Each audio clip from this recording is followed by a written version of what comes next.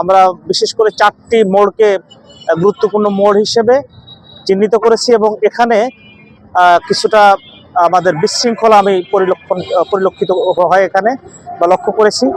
তো এটা আপনাদেরকে যে আমরা এই জন্য 1 মাস ব্যাপী এই যে কার্যক্রমটা, এই কার্যক্রমটা 1 মাস ব্যাপী আমরা পরিচালিত করব। এই 1 মাস সচেতন, মূলত আমাদের উদ্দেশ্য সচেতন করা, আমার গাড়ি আটক বা গাড়ির বিরুদ্ধে মামলা দেওয়া এটি উদ্দেশ্য নয়। আমরা 1 মাস ব্যাপী এই পরিবহন সেক্টরের সাথে যারা সংশ্লিষ্ট আছেন সবাইকে আমরা সচেতন করব, বুঝায় বলবো যে এইটি করলে আমার এখানে যানজটের সৃষ্টি হয়। এই টার্নিং থেকে গাড়িটা যদি আপনি 50 মিটার দূরে রাখেন, আমরা পার্কিং যদি 50 মিটার দূরে করতে পারি, তাহলেই কিন্তু আমার এই যে গুরুত্বপূর্ণ একটি চক্র এখানে ভাইনার মোড়, এখানে কিন্তু যানজটের সৃষ্টি হবে না। তো আমরা এই প্রত্যেকটা আবার মোড়ে মোড়ে গিয়ে মানুষকে বোঝাবো, সচেতন করার চেষ্টা করব। তারপরে আমরা যদি দেখি যে এটা যদি কার্যকর না হয়, সেক্ষেত্রে আমরা মামলা করতে বাধ্য হব।